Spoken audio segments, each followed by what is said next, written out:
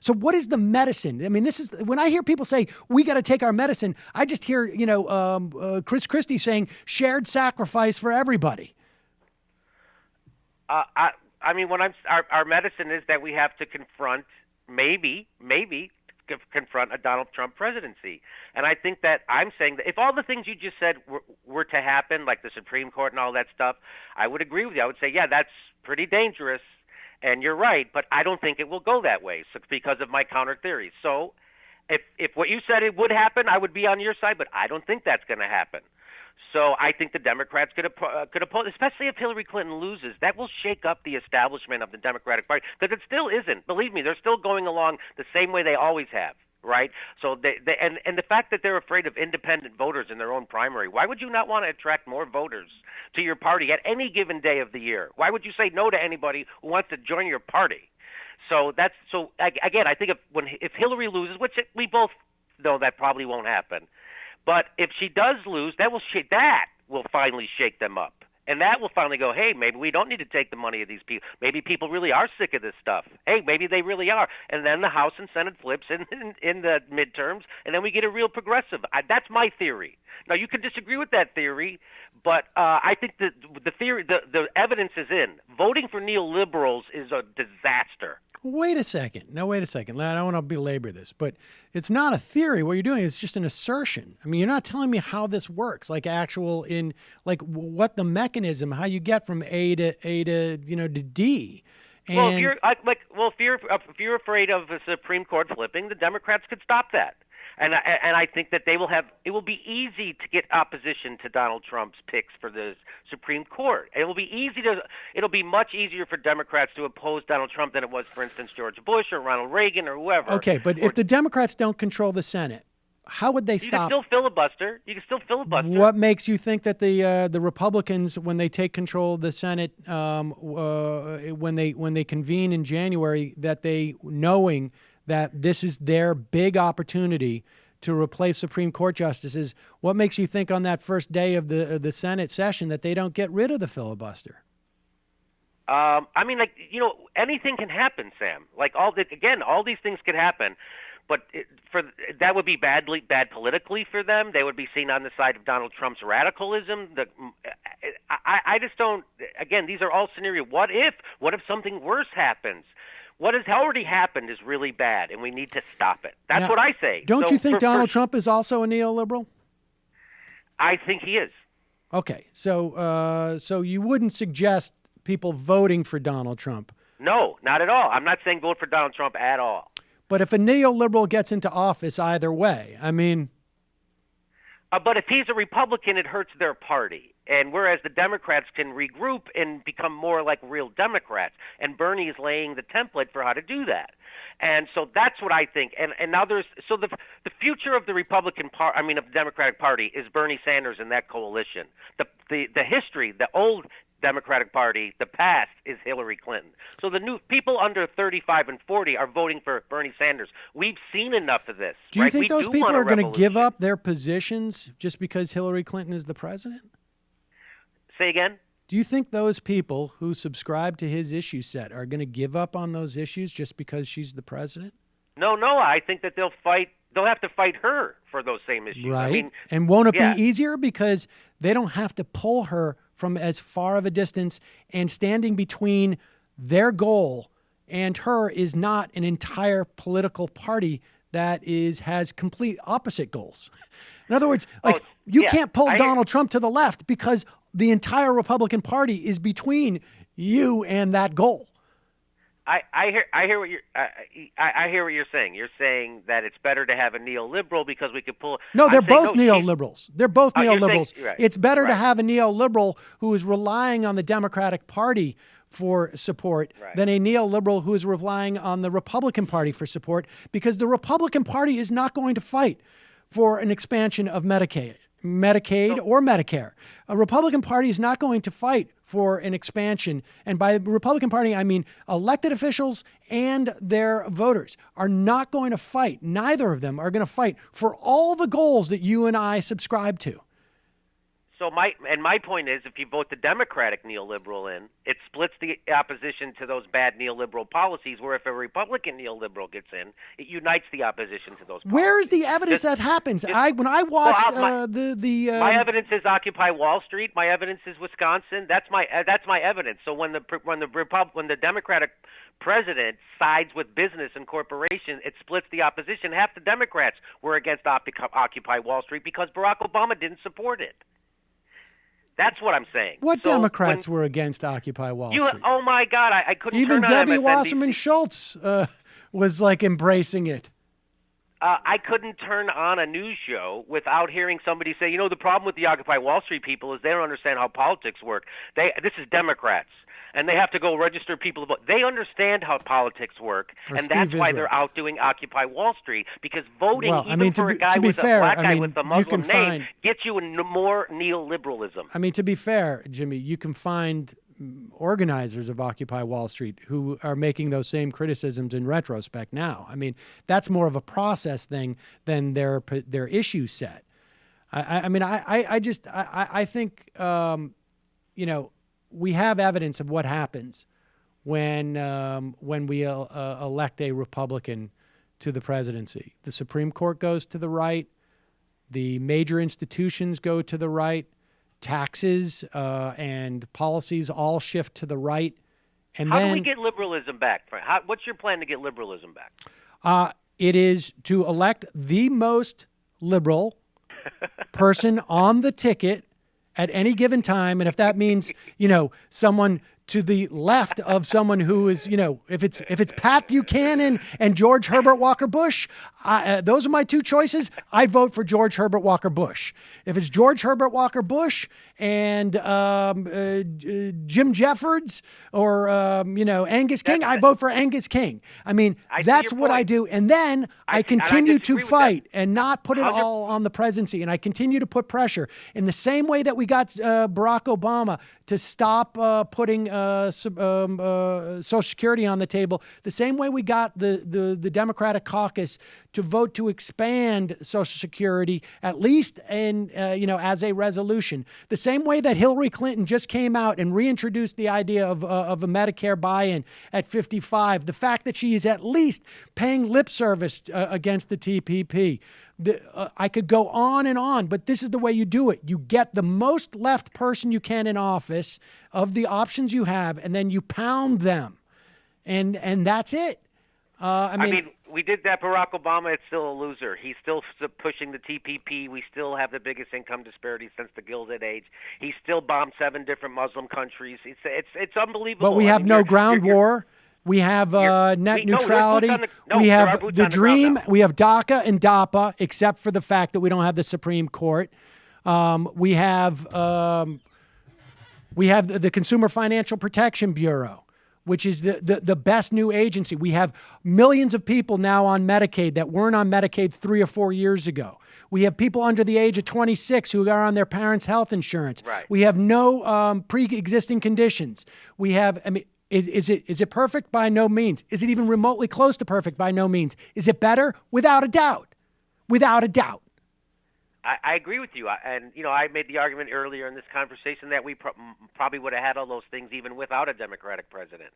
And that's the problem with neoliberalism. You'll never know. I mean, he pushed the frickin' right-wing's answer to healthcare. I'm sorry. If John McCain or Mitt Romney would have done those things, may God strike me down with a thunderbolt right now. Well, I mean, I guess we'll never know, and I just think that, I guess I'll just say listen, if we don't elect Hillary Clinton, we may not find out that she's actually Bill Ayers. I mean, I'm pretty sure she's not Bill Ayers. Jimmy, we can go up to Vermont and start a guerrilla organization. I just want to make. Can I just make one last point? Yes. I just don't know what. So what people say they're afraid of Donald Trump doing, Mexicans and Muslims and wars and all this stuff. Hillary Clinton has already been an integral part of destabilizing the Middle East. She already did that. It's already been done. She was already on board to do that. Well, she's also for comprehensive immigration reform, and she's not talking about deporting all people from Mexico. She's not talking about banning Muslims from this country. Right. I mean, You must see a distinction there, right? According to Fusion, Barack Obama has deported more Mexicans than all the presidents combined since 1890, and that they say, according to Fusion, that Barack Obama is already doing what Donald Trump only dreams about doing.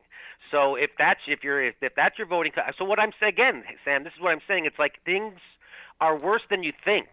The Democrats are more Republican than you even realize. So, but you're saying that it's going to be better if we get a real Republican. I'm saying yes. I'm saying because they don't split the opposition, the natural opposition to their neoliberalism. And I'm saying we have to do that. We have to stop. But why didn't that work after 8 years of Bush? What do you mean? We thought we elected Bernie Sanders after 8 years of That's what George Bush did. No, so George Bush not. said, "Wait a minute, Sam. Wait a minute. Well, wait a second. You weren't paying attention. I thought we were just avoiding Hillary Clinton after 8 years of Bush. I mean, the fact of the matter is that all we got after 8 years of Bush was Barack Obama. Now, I think there's been more good that has come out of that than bad. But I mean, look, we had the option to vote John Edwards. John Edwards was talking that. And the Democrats rejected him. According to your theory, after 8 years of Donald Trump, we should be able to get Bernie Sanders. We couldn't even get John Edwards. I mean, good thing we didn't. But the point being is that your theory of how people react to living under a conservative presidency for 4 years or 8 years is just not borne out by the truth. I mean, we got Bill Clinton after 12 years of that. Wrong on that. We got Bill Clinton after 12 years of it. You're right. So after 8 years of George Bush, people were so ready for a change. They thought they were voting for Bernie Sanders. They thought they were voting for FDR, but they were voting for a neoliberal in FDR's clothing. That's what they elected, a black guy with a Muslim name, for God's sake. They were ready for a revolution. Do you think that people would elect Hillary Clinton? Do you think the Democratic Party has the same illusions about Hillary Clinton as you think they did about Barack Obama? No, but let's remember Barack Obama beat her by running to her left. So people did think they were voting for the lefty, and they didn't get it. Again, they got Hillary Clinton anyway. So that's the sad thing, and I'm saying we got to, at some point, Sam, we have to stop doing that so we can bring back progressivism and real liberalism to our politics. We have to break the money stream, and we're not going to do it with Hillary Clinton. It's going to get worse. It's going to make it harder. If Hillary Clinton becomes president, it will be harder for the revolution that needs to take place. Either you believe a revolution needs to take place or you don't. I think one does, because money in politics has completely corrupted our system, and that's what's wrong. That's why 50% of all wage earners are less than $30,000. I don't want to hold you too much longer, but tell me when you say a revolution, what does that mean? Like, what literally will happen? You don't own the Supreme Court anymore, right? Okay, so we have Donald Trump. The Supreme Court, at the very least, is 5-4 conservative. The people who brought you Citizens United locked in, except for now, instead of the fifth vote being dead or in his 80s, that guy is now in his 40s or 50s. If Donald Trump gets one more, it would be 6-3.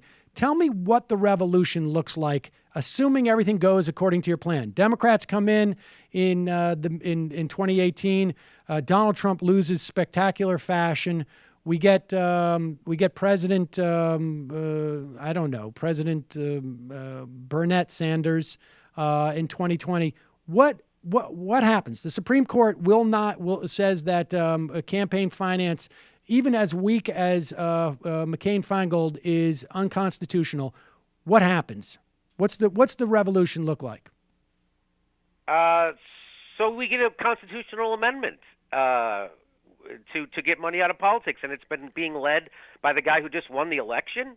The majority. I mean, I think that's a real doable thing. What is the process in which that constitutional amendment happens? So I'm not a constitutional scholar, but there's two ways to have it happen. It has to happen. It can happen in Washington D.C., or it can happen in the states, which is what Wolfpack is doing, the Cenk Uygur's organization. Right. So they're going. So you either get the states to call for a constitutional convention around a certain issue, right, or you get it to do it in Washington D.C. And I think you need something like 3/5. I don't know what it is. I'm not. But you can do it in Congress. But if Congress won't do it, you do it in the states, which is what the strategy is right now. So I think you start moving the ball States forward. dominated by Republican legislatures and governors. And in fact, they're actually working. They've actually gotten Republican legislators on board. On board with the idea of a constitutional convention, but what they're going to bring up there, we don't know. Yeah. Well, it's not. There's no such thing as a constitutional convention for just one specific amendment. There's a constitutional convention, and we can bring up whatever amendments we want. Okay. So I'm going to adopt your theory is that you move forward by moving forward. So we move forward with getting money out of politics by electing people who are for getting money out of politics. Even though the Supreme Court is the law of the land. You know, you got that Supreme Court. That is such a little poker in my eye. Well, believe me, it's a poker. It's not just a poker in your eye. It's a poker in the eyes of all those people who can't vote this year because getting rid of pre-clearance. It's a poker in the eye of all those families of the Dreamers who are still getting deported because it stopped. It's a poker in the eye of those people who wanted to who want to have a redress in the courts for things ranging from forced arbitration. I mean, it's a poker in the eyes of women in states who are denied access to abortion care. This thing is bigger than a poker. It's like a cannon to the face. And gun laws, I mean, that's just a function. It was George Bush's Supreme Court that made it impossible for us to really regulate gun laws. I mean, that's, the thing we don't talk about as much is that that we don't have access to have sensible gun reform because of George Bush's Supreme Court. I mean, to me, that's all I need. It's the Supreme Court, but it gets, but Jimmy, you get the last word, buddy. I think you and I are in agreement on policy and ideas and that we need progressivism and that money in politics is corrosive and that what's happening. I think we agree on all that stuff. I just say we disagree on the remedy and how to fix it and how to get the government back into the hands of the people. And I say, that theory of the definition of insanity is to do what you've always done and expect a different outcome. I'm going to employ that here and say if we keep voting for neoliberals and wanting a different outcome, we're not going to get it. We need to stop voting for neoliberals at all costs. Yeah. Okay. Well, Jimmy, I think I agree with everything you said except for bastardizing that and misinterpreting that quote. And I would like to end by apologizing for that. I started this conversation. I want to apologize as well. Jimmy, really appreciate your coming on, and I'm a big fan of your work, and obviously people can check you out at Jimmy Dore Comedy and on TYT. Thank you so much. Right back at you. A big fan of both of you guys. Thanks for having me on. Bye-bye.